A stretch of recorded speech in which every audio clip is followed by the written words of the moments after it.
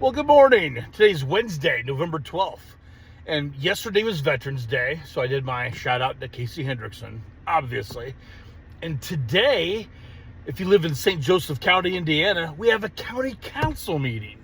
So I am looking forward to going to that today because one of our county council members, he calls himself Andy Rutten.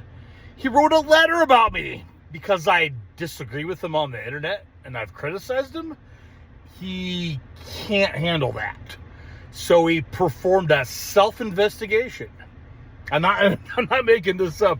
This guy performed a self-investigation over anybody who's ever disagreed with him on the internet.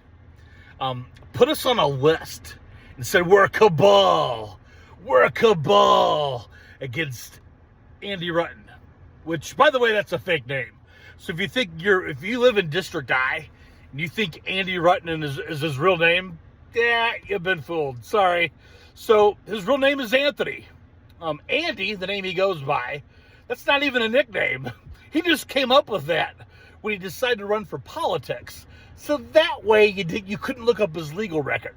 So if you live in Indiana and you go to mycase.in.gov, if you type in Anthony Rutten, you actually see that he's got a legal record about a mile long.